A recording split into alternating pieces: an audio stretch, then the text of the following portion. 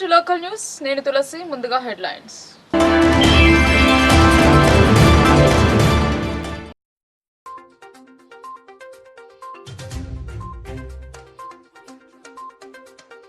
విద్యతోనే వివేకం, పిల్లలను పనికి కాదు బడికి పంపాలి.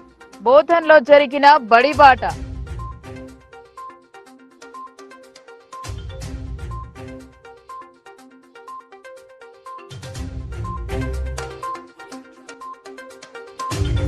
వర్షాకాలం ఇబ్బందులు లేకుండా జాగ్రత్తలు తీసుకోండి.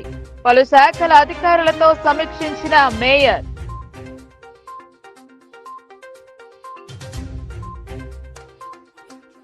బీసీల దామాషా ప్రకారం రిజర్వేషన్లు కల్పించాలి.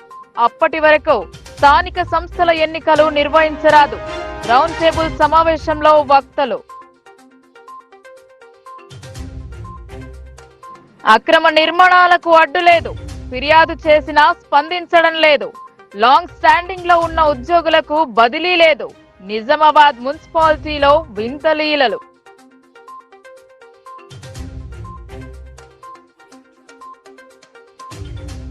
మురుగు కాలువల పూడిక తొలగింపు చేపట్టాలి. క్షేత్రస్థాయిలో పరిశీలించిన కలెక్టర్.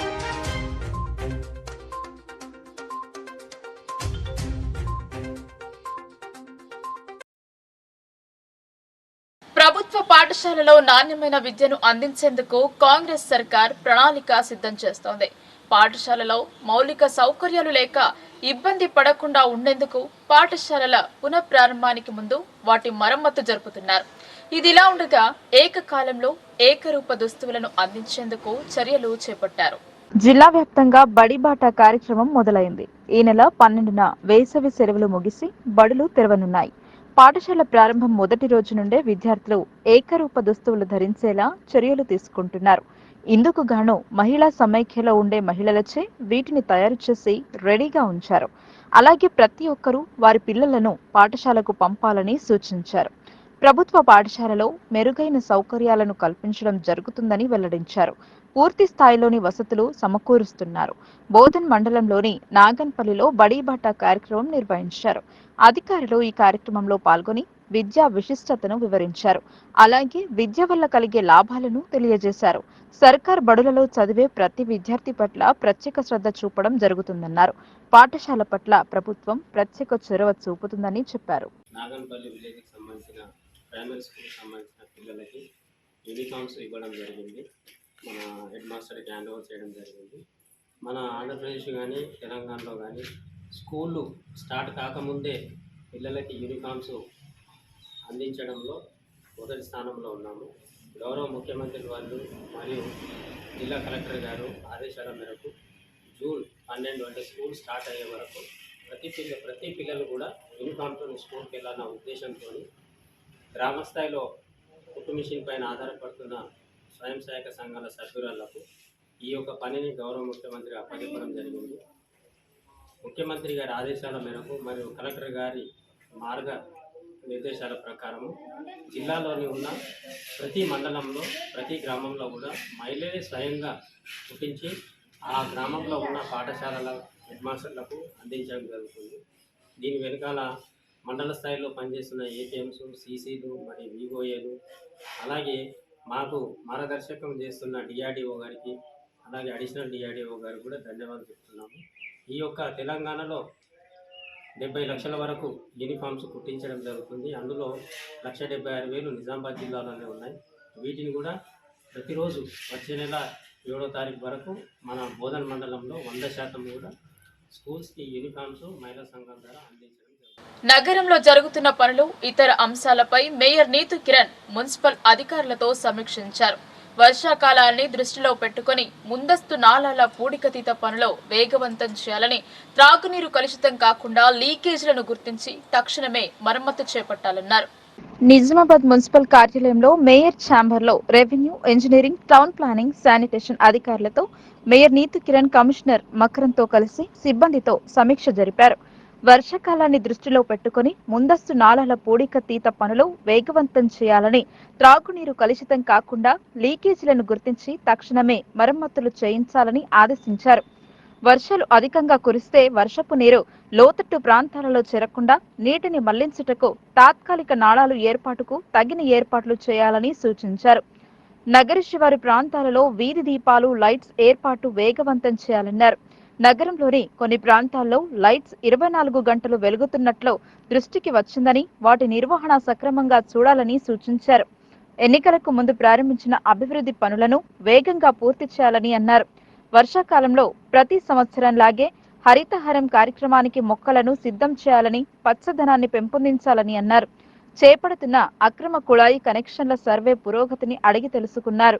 ఓపెన్ జిమ్స్ అన్ని వాడుకలో ఉండే విధంగా ఏవైనా మరమ్మతులు ఉంటే తక్షణమే చేయించాలని, క్రీడా ప్రాంగణాలలో వసతులు ఏర్పాటు చేయాలని అన్నారు. ఎల్ఆర్ఎస్ దరఖాస్తుల పురోగతి గురించి చర్చించారు. ఈ సమావేశంలో additional commissioner Shankar, office manager revenue అధికారి నరేందర్, టౌన్ ప్లానింగ్ అధికారులు సత్యనారాయణ, డిప్యూటీ ఇంజనీర్లు ఆనంద్ సాగర్, ముస్తాక్ అహ్మద్, టౌన్ ప్లానింగ్ అధికారులు, ఇంజనీర్లు, MHO Sajid Ali, revenue inspectors, sanitary inspectors తదితరులు పాల్గొన్నారు. స్థానిక సంస్థల ఎన్నికల్లో బీసీలకు జనాభా దామాషా ప్రకారం రిజర్వేషన్ల కోసం ఉద్యమించాలన్నారు వక్తలు. బిఎల్ఎఫ్ రౌండ్ టేబుల్ సమావేశంలో వక్తలు పిలుపునిచ్చారు. నిజామాబాద్ జిల్లా కేంద్రంలోని ప్రెస్ క్లబ్ లో బిఎల్ఎఫ్ జిల్లా కమిటీ కన్వీనర్ సబ్బనిలత ఆధ్వర్యంలో రౌండ్ టేబుల్ సమావేశం జరిగింది. ఈ సమావేశంలో పలువురు వక్తలు, బహుజన లెఫ్ట్ ఫ్రంట్ బిఎల్ఎఫ్ రాష్ట్ర కన్వీనర్ దండి వెంకట్, ప్రముఖ డాక్టర్ కె కేశవులు, ప్రముఖ న్యాయవాది బాసు రాజేశ్వర్, జమాతే ఇస్లామిక్ హింద్ జిల్లా కన్వీనర్ ఎస్కే హుసేన్, బిఎల్ఎఫ్ రాష్ట్ర కమిటీ సభ్యులు మేత్రి రాజశేఖర్ పాల్గొన్నారు. ఈ సందర్భంగా పలువురు వక్తలు మాట్లాడుతూ తెలంగాణ రాష్ట్ర ప్రభుత్వం ఇచ్చిన హామీ మేరకు వెంటనే కుల జనగణన నిర్వహించిన అనంతరమే బీసీ కులాల జనాభా దామాషా ప్రకారం స్థానిక సంస్థలకు ఎన్నికలు నిర్వహించాలని డిమాండ్ చేశారు. తెలంగాణ సమాజంలో 65% ఉన్న బీసీ సమాజానికి చట్టసభల్లో రిజర్వేషన్లు కల్పించాలని కేంద్ర రాష్ట్ర ప్రభుత్వాలను కోరారు. బీసీ కులాల జనాభా దామాషా ప్రకారం స్థానిక సంస్థలకు ఎన్నికలు నిర్వహించాలని డిమాండ్ చేస్తూ రాష్ట్ర వ్యాప్త ఉద్యమానికి పిలుపునిచ్చారు. బిఎల్ఎఫ్ రాష్ట్ర నాయకత్వానికి ప్రముఖ మానసిక వైద్యులు డాక్టర్ కేశవులు, ప్రముఖ న్యాయవాది, బీసీ సీనియర్ ఉద్యమకారులు బాసు రాజేశ్వర్ అభినందనలు తెలిపారు. బీసీ రిజర్వేషన్ అమలు కావాలంటే బిఎల్ఎఫ్ లాంటి స్పష్టమైన సామాజిక న్యాయ దృక్పథంతో ఉద్యమించే సంస్థకు మాత్రమే సాధ్యమవుతుందన్నారు. బిఎల్ఎఫ్ రాష్ట్ర కన్వీనర్ దండి వెంకట్ మాట్లాడుతూ కుల జనగణన బీసీ కులాల జనాభా దామాషా ప్రకారం స్థానిక సంస్థలకు ఎన్నికలు నిర్వహించాలని, బీసీ కులాలకు 5 సంవత్సరాలకు గాను 1,00,000 కోట్ల రూపాయల బడ్జెట్ కేటాయింపుకు ప్రణాళిక సిద్ధం చేయాలని, కామారెడ్డి బీసీ డిక్లరేషన్ అమలు కోసం విధి విధానాలు రూపొందించాలని, జూన్ 7 నుండి జూలై 4 దొడ్డి కొమరయ్య వర్ధంతి వరకు రౌండ్ టేబుల్ సమావేశాలు నిర్వహించిన అనంతరం భవిష్యత్ ఉద్యమ కార్యాచరణ ప్రకటిస్తామని చెప్పారు. ఈ పోరాటానికి బీసీ సమాజం అండగా నిలవాలని విజ్ఞప్తి చేశారు. ఈ కార్యక్రమంలో బీఎల్పీ రాష్ట్ర కమిటీ సభ్యులు అబ్బగోని అశోక్, బిఎల్ఎఫ్ జిల్లా కన్వీనర్లు కె శ్రీనివాస్, సబ్బనిలత, వివిధ బీసీ కులాలకు చెందిన నాయకులు సిద్ధయ్య, ఓం శంకర్, ఆర్ నర్సింగ్లు, దండు జ్యోతి, సత్యనారాయణ, సుభాష్, శ్రీనివాస్, గీతాంజలి, శ్రీమాన్ తదితరులు పాల్గొన్నారు.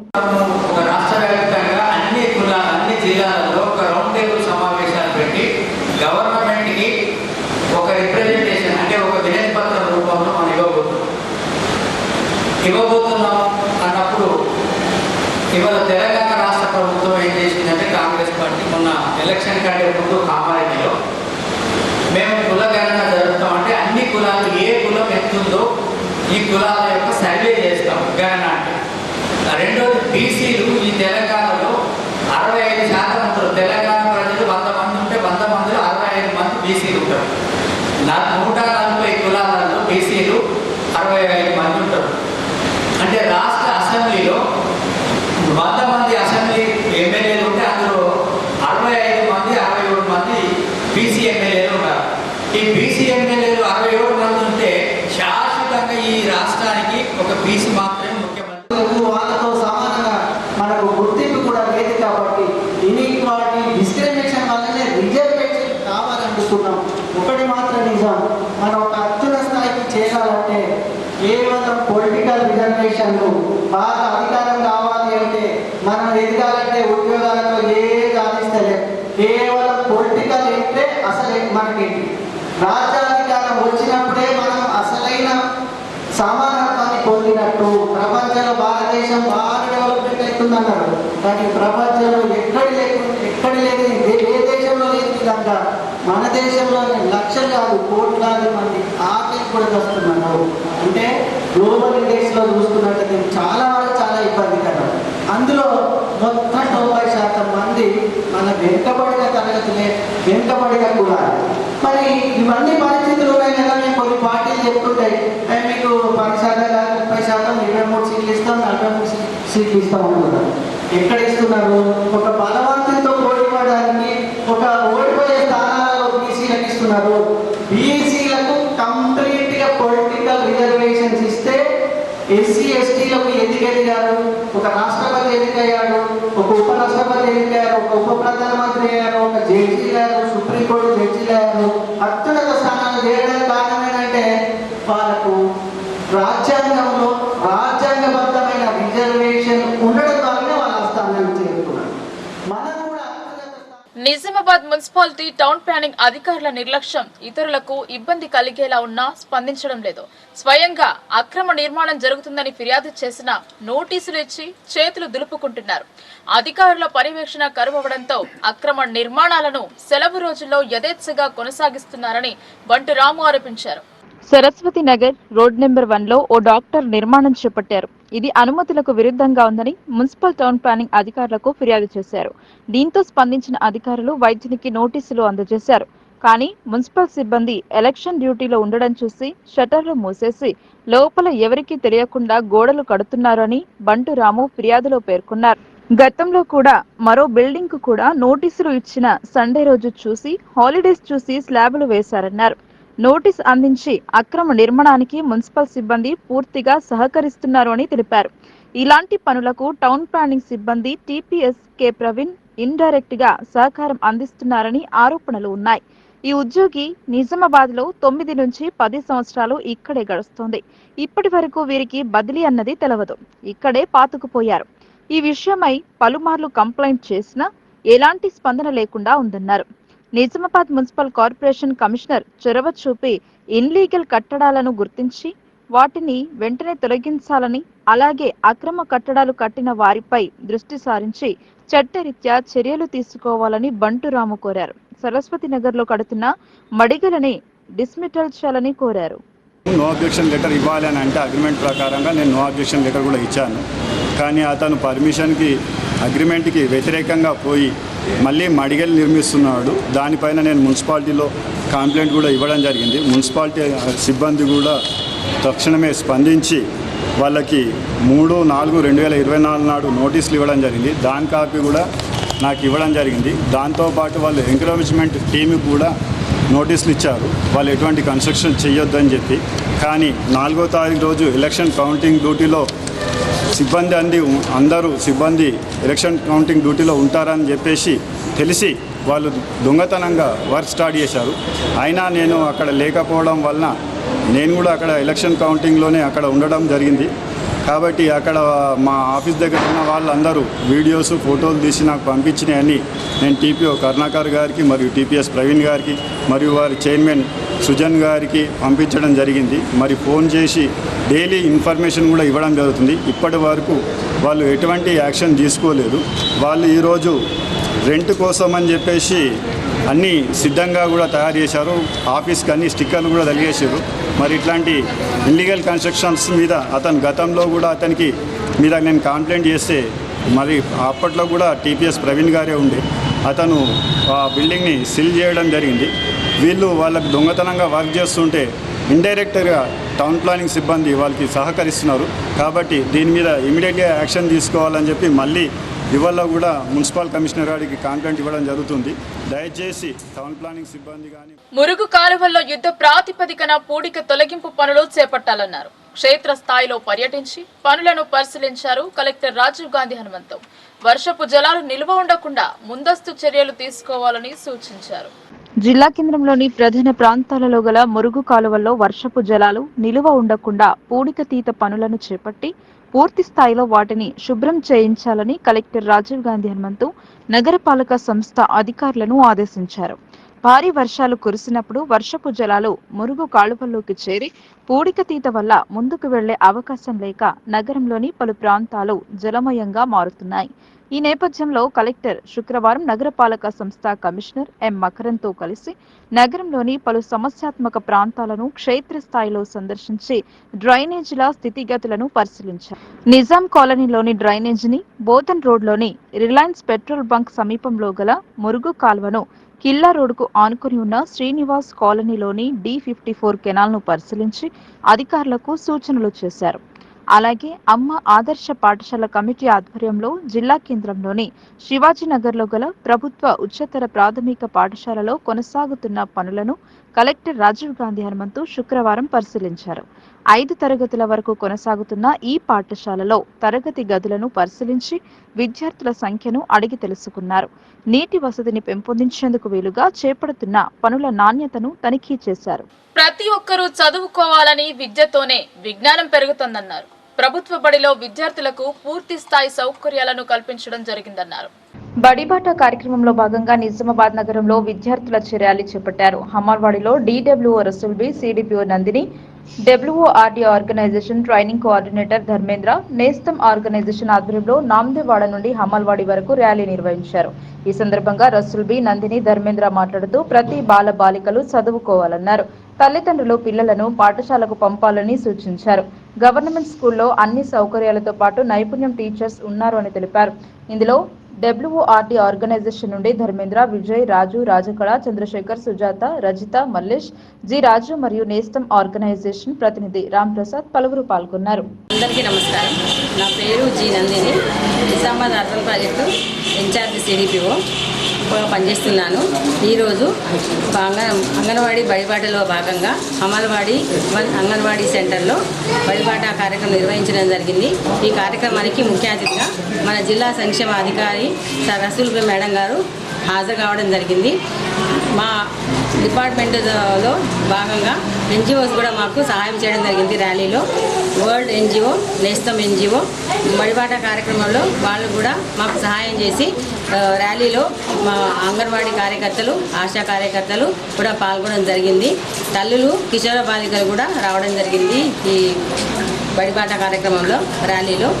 వీళ్ళందరికీ ముఖ్య విషయం చెప్పింది ఏంటంటే 2.5 సంవత్సరాల నుండి ప్రతి తల్లి, తండ్రి అంగన్వాడీ సెంటర్లో నమోదు చేయించుకోవాలి. వాళ్ళకి ఆటపాటలతో విద్య నేర్పించడం జరుగుతుంది. మరియు ఒక పూట సంపూర్ణ భోజనం కూడా ఇవ్వడం జరుగుతుంది పిల్లలకి. కాబట్టి వాళ్ళు ఆరోగ్యంగా ఉండడానికి అన్ని రకాల సహాయపడుతుంది అంగన్వాడీ సెంటర్. కాబట్టి ఖచ్చితంగా 2.5 సంవత్సరాల నిండిన శుభోదయం అండి అందరికీ. నా పేరు Dharmendra, training coordinator word organisation అండి. ఈరోజు బడిబాట కార్యక్రమం సందర్భంగా DWO మేడం రసూల్బీ మరియు CDPO మేడం నందిని మేడం ఆధ్వర్యంలో, ఇతర NGOల ఆధ్వర్యంలో బడిబాట కార్యక్రమం నిర్వహించడం జరిగిందండి. ముఖ్యంగా ఈ బడిబాట ఉద్దేశం ఏంటంటే ప్రతి ఒక్క బాలిక మరియు బాలుడు చదువుకోవాలన్న ఉద్దేశంతో, మన గవర్నమెంట్ స్కూళ్ళలో చదువుకోవాలన్న ఉద్దేశంతో మన అమల్వాడి నుంచి ర్యాలీ నిర్వహించడం జరిగిందండి. అదేవిధంగా ఈ కార్యక్రమంలో తల్లులతో పాటు పిల్లలు, అదేవిధంగా అంగన్వాడీ టీచర్స్ కూడా పార్టిసిపేట్ చేశారు. అదేవిధంగా ఇతర NGOs కూడా, ముఖ్యంగా వర్డ్ NGO, నేస్తం NGO పార్టిసిపేట్ చేశారు. ప్రతి ఒక్కరూ విద్యను అభ్యసించి గవర్నమెంట్ స్కూల్లో, ప్రైవేట్ స్కూల్లో కంటే మనకు ఈ మధ్య గవర్నమెంట్ స్కూళ్ళలో ఎక్కువ రిజల్ట్స్ కనబడ్డాయి. 10/10 చాలా మందికి వచ్చాయి. కాబట్టి గవర్నమెంట్ స్కూళ్ళలో వెల్ క్వాలిఫైడ్ టీచర్స్ కూడా ఉన్నారు. వైద్యులు అంటే ప్రాణాలు పోసే దేవుళ్లుగా కొలుస్తారు. కానీ వారు ఇప్పుడు ప్రాణాలు తీసే గూండాలుగా మారుతున్నారు. అయ్యప్ప స్కానింగ్ సెంటర్లో జరిగిన చీకటి బాగోతాన్ని ప్రజలకు తెలియపరిచేలా వార్తలు రాసిన ఓ దినపత్రిక రిపోర్టర్పై పోలీస్ కేసు పెట్టారు. అంతటితో ఆగకుండా ప్రైవేట్ గూండాలతో సదరు రిపోర్టర్పై దాడికి యత్నించారు అయ్యప్ప స్కానింగ్ సెంటర్ నిర్వాహకులు. మహిళల అశ్లీల చిత్రాలను తీయడం, వారిని బ్లాక్ మెయిల్ చేయడంకు దిగారు నిజామాబాద్ నగరంలోని అయ్యప్ప స్కానింగ్ సెంటర్ నిర్వాహకులు. ఈ విషయం ఓ మహిళ ద్వారా సమాచారం తెలుసుకున్న సదరు దినపత్రిక రిపోర్టర్ వరుస కథనాలు రాసి జిల్లా యంత్రాంగంలో చలనం వచ్చేలా చేశాడు. దీన్ని జీర్ణించుకోలేని సదరు అయ్యప్ప స్కానింగ్ సెంటర్ నిర్వాహకులు రిపోర్టర్పై పోలీసు కేసు పెట్టారు. ఇంతటితో ఆగకుండా భౌతిక దాడికి యత్నం చేశారు. దీంతో సదరు రిపోర్టర్ అయ్యప్ప స్కానింగ్ సెంటర్ నిర్వాహకులు తాను పనిచేసే కార్యాలయం వద్ద, అలాగే తాను బయటకు వెళ్లిన సమయంలో ముసుగులు ధరించి వెంబడించారని 1వ town police station house officer కు ఫిర్యాదు చేశారు. నిజాలను నిర్భయంగా రాసి కీచక వృత్తాంతాన్ని బహిర్గతం చేసిన సదరు రిపోర్టర్కు జర్నలిస్టులు అండగా నిలిచారు. దాడికి యత్నించిన సదరు స్కానింగ్ సెంటర్ నిర్వాహకులపై చర్యలు తీసుకోవాలని జర్నలిస్టు సంఘ నాయకులు, సహచర జర్నలిస్టులు డిమాండ్ చేశారు. నిజామాబాద్ జిల్లా పద్మశాలి మహిళా సంఘం, పద్మశాలి ఆత్మీయ సేవా సమితి సంయుక్త ఆధ్వర్యంలో ఈ నెల 9న నిజామాబాద్ నగరంలోని రాజీవ్ గాంధీ ఆడిటోరియంలో పద్మశాలి పరిణయ వధూవరుల పరిచయ వేదిక కార్యక్రమం జరగనుంది. పద్మశాలీలు ఈ అవకాశాన్ని సద్వినియోగం చేసుకోవాలని సంఘం ప్రతినిధులు సూచించారు. నిజామాబాద్ నగరంలోని కోటగల్లీలో ఉన్న జిల్లా పద్మశాలి సంఘంలో శుక్రవారం పద్మశాలి సంఘం ప్రతినిధులు మీడియా సమావేశం ఏర్పాటు చేశారు. ఈ సందర్భంగా పద్మశాలి మహిళా సంఘం రాష్ట్ర అధ్యక్షురాలు, పరిచయ వేదిక చైర్మన్ గుజ్జ రాజేశ్వరి, పద్మశాలి ఆత్మీయ సేవా సమితి అధ్యక్షుడు రాపెల్లి గురుచరణ్ మాట్లాడుతూ ఈ నెల 9న ఉదయం 10 గంటలకు పద్మశాలి పరిణయ పరిచయ వేదిక కార్యక్రమం ప్రారంభమవుతుందని పేర్కొన్నారు. పెళ్లి సంబంధాలు అవసరం ఉన్న పద్మశాలీలు అమ్మాయి, అబ్బాయిల బయోడేటాతో నేరుగా కార్యక్రమానికి హాజరు కావాలని వారు సూచించారు. ఈ కార్యక్రమంలో పెళ్లి సంబంధాలు కుదిరిన పేద పద్మశాలీలకు ఉచితంగా సామూహిక వివాహాలు నిర్వహిస్తామన్నారు. పరిచయ వేదిక కార్యక్రమంలో అబ్బాయి, అమ్మాయిలను నేరుగా వేదికపై పరిచయం చేయించడం జరుగుతుందని, హాజరు కాని వారి వివరాలు స్క్రీన్ పై ప్రదర్శించి పరిచయం చేస్తామన్నారు. పద్మశాలీలు ఈ అవకాశాన్ని సద్వినియోగం చేసుకోవాలని వారు సూచించారు. మీడియా సమావేశంలో నిజామాబాద్ జిల్లా పద్మశాలి సంఘం వర్కింగ్ ప్రెసిడెంట్ పుల్గం హనుమాన్లు, ప్రధాన కార్యదర్శి అవధూత దశరథం, కోశాధికారి గుడ్ల భూమేశ్వర్, ఆర్గనైజింగ్ కార్యదర్శి చింతల గంగదాస్, మహిళా సంఘం జిల్లా అధ్యక్షురాలు గుడ్ల చంద్రభాగ, పద్మశాలి పరిణయ వధువరుల పరిచయ వేదిక కన్వీనర్ బెంగి మోహన్, కో కన్వీనర్ బండి నరహరి, మార్కండయ్య మందిర కమిటీ చైర్మన్ లక్కవత్రి దేవిదాస్ తదితరులు పాల్గొన్నారు. అమ్మాయిలు, అబ్బాయిలు బయోడేటాలు చూసుకోవడం కానీ, ఏదైతే మేము ప్రొజెక్టర్ ద్వారా చూపిస్తున్నామో దాంట్లో కూడా పేరెంట్స్ వచ్చినటువంటి తల్లిదండ్రులు కూడా కూర్చొని వాళ్ళ పిల్లలకి సంబంధించిన అమ్మాయిని, అబ్బాయిని ఫోటోలు కూడా చూసుకోవడం వీలుగా ఉంటుందని చెప్పేసి చాలామంది ఈ విషయంలో మాకు సంతోషాన్ని వ్యక్తం చేయడం జరిగింది. అదేవిధంగా మేము తరచూ కార్యక్రమాలు ఇవి తీసుకుంటున్నాము. నిజామాబాద్ జిల్లా పద్మశాలి సంఘం ఆధ్వర్యంలో అనేక కార్యక్రమాలు జరుగుతున్నాయి. అందులో భాగంగా ఇదొక కార్యక్రమం కాబట్టి ఇది కూడా ప్రప్రథమైనటువంటి కార్యక్రమం కాబట్టి మరి కేవలం నిజామాబాద్ జిల్లానే కాకుండా ఈవెన్ మహారాష్ట్ర కానీ, ఏపీ కానీ అన్ని అంటే సరౌండింగ్ అన్ని జిల్లాల నుంచి కూడా, అన్ని పక్క రాష్ట్రాల నుంచి కూడా మాకు సంబంధాలు కూడా రావడం జరుగుతూ ఉన్నాయి. మరి ఫస్ట్ రాజీవ్ గాంధీ ఆడిటోరియంలోనే ఉన్నటువంటి పక్కన న్యూ అంబేద్కర్ భవనం అని మేము అనుకున్నాము. తర్వాత మాకు ఎక్కువ సంఖ్య రావడం మూలాన అది సరిపోదని చెప్పేసి రాజీవ్ గాంధీ ఆడిటోరియంకి షిఫ్ట్ చేయడం జరిగింది. కాబట్టి ప్రజలందరూ కూడా మీ మీడియా ముందుకు రావడానికి కూడా ఇదొక కారణం. అంటే వెన్యూ కూడా చేంజ్ అయింది కాబట్టి ఎవరు ఇబ్బంది పడకుండా ఉండడానికి రాజీవ్ గాంధీ ఆడిటోరియంలో ఏర్పాటు చేయడం జరిగింది. తర్వాత రాజీవ్ గాంధీ ఆడిటోరియం కూడా ఎంపిక చేసుకోవడం కూడా ఒక ప్రధానమైన కారణం. ఎందుకంటే గ్రామీణ ప్రాంతాల నుంచి కానీ, దూర ప్రాంతాల నుంచి వచ్చిన వాళ్ళకి కానీ రైల్వే స్టేషన్, బస్ స్టేషన్ అన్నీ కూడా అందుబాటులో ఉంటాయి. తర్వాత ఎవరు రాజీవ్ గాంధీ ఆడిటోరియం అన్నా కూడా ప్రతి ఒక్కరు నిజామాబాద్ జిల్లా పద్మశాలి కుల బాంధవులకు అందరికీ నా యొక్క హృదయపూర్వక నమస్కారాలు. మనం జిల్లా పద్మశాలి సంఘము ఆధ్వర్యంలో మరి గతంలో జరిగినటువంటి పద్మశాలి వధూవరుల పరిచయ వేదిక, మరి అదేవిధంగా దాని సిల్సిలానే ఈ సంవత్సరం కూడా 9వ తారీఖు, ఇదే నెల 9వ తారీఖు ఆదివారం నాడు నిర్వహిస్తున్నాము. కాబట్టి మీ ఇంటి వద్ద ఉన్న పెళ్ళి ఈడుకొచ్చిన పిల్లలు వాళ్ళ బయోడేటాలు మీరు మాకు అందిస్తూ మరి ఆదివారం నాడు మీరందరూ పిల్లలను తీసుకొని సభా కార్యక్రమంకి రావాల్సిందిగా కోరుతున్నాము.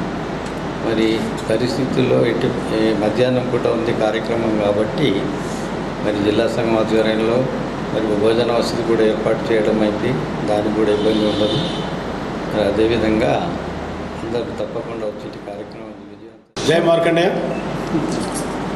నిజామాబాద్ జిల్లా పద్మశాలి సంఘం ఆధ్వర్యంలో నిజామాబాద్ జిల్లా పద్మశాలి సంఘం మహిళా సంఘం మరియు ఆత్మీయ సేవా సమితి సంఘం అనుబంధ సంఘాలన్నీ సమక్షంలో ఒక నిర్ణయం తీసుకొని వధువుల పరిచయ వేదిక పరిచయ వేదిక ఏర్పాటు చేయడం జరిగింది. ఈ కార్యక్రమానికి ప్రతి గ్రామ సంఘ అధ్యక్షులు కానీ, కార్యదర్శులు కానీ, కార్యవర్గం కానీ, మండలాలు కానీ, తరపాలు కానీ, జిల్లాలు కానీ, నియోజకవర్గం కానీ మరియు నగర పద్మశాలి కానీ అన్ని సంఘాలు పొద్దెత్తున ఈ కార్యక్రమం పాల్గొని విజయవంతం చేయాల్సిన బాధ్యత ప్రతి సంఘ సభ అధ్యక్షులకు కార్యదర్శులకు ఉందని తెలియజేస్తూ, మరి మేము అనుకునేదంటే అంబేద్కర్ భవన్లో ఈ కార్యక్రమం నిర్వహించాలనుకున్నాము. జనం బాగా పెద్ద ఎత్తున స్పందన ఉన్నవల్ల దాన్ని మార్చి అంబేద్కర్ భవన్ రాజభవన్ దాటడంలో చేయడం జరిగింది. ఈ కార్యక్రమానికి మీరు అందరూ విజయవంతం చేసి మన పద్మశాలి కుల బాంధవులకు ఒక సహకరించినట్టు అవుతుందన్న ఆలోచనతో మీరు ఈ కార్యక్రమాన్ని చేపడాల్సిన అవసరం ఉంది. మరి ఈరోజు ప్రతి ఇంట్లో పెళ్లి సంబంధించిన పరిస్థితి చాలా ఘోరంగా ఉన్నది. ఎందుకంటే అబ్బాయి అంటే అమ్మాయి దొరుకుతున్నారు, అమ్మాయి అంటే అబ్బాయి దొరుకుతున్నారు కనుక ఈ కార్యక్రమం విజయవంతం చేసడానికి అబ్బాయిలు కూడా ఉన్న తల్లిదండ్రులు ఖచ్చితంగా వచ్చి అక్కడ కూర్చోవాల్సిన అవసరం ఉంది. మరి కొందరు అమ్మాయిలు వేదిక వస్తలేరు, రానప్పుడు కూడా ఆ తల్లిదండ్రులు వచ్చి మాత్రం అక్కడ కూర్చో. వార్తలు ముగించే ముందు హెడ్లైన్స్ మరోసారి.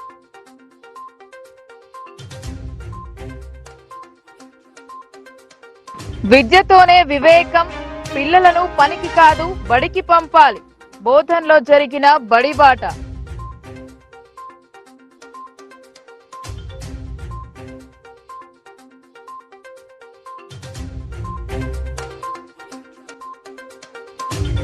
వర్షాకాలం ఇబ్బందులు లేకుండా జాగ్రత్తలు తీసుకోండి. పలు శాఖల అధికారులతో సమీక్షించిన మేయర్.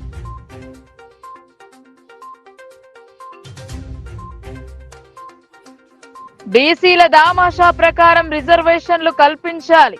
అప్పటి వరకు స్థానిక సంస్థల ఎన్నికలు నిర్వహించరాదు. రౌండ్ టేబుల్ సమావేశంలో వక్తలు. అక్రమ నిర్మాణాలకు అడ్డు లేదు, ఫిర్యాదు చేసినా స్పందించడం లేదు. లాంగ్ స్టాండింగ్ లో ఉన్న ఉద్యోగులకు బదిలీ లేదు. నిజామాబాద్ మున్సిపాలిటీలో వింత లీలలు.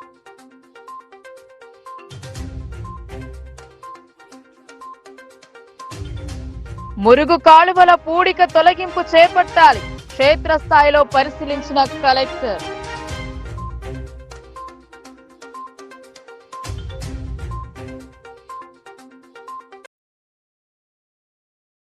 ఈ వార్తలు ఇంతటితో సమాప్తం. తిరిగి ప్రసారమయ్యే వార్తల్లో మళ్ళీ కలుద్దాం. అంతవరకు చూస్తూనే ఉండండి మీ లోకల్ న్యూస్, మన ఊరు మన వార్త.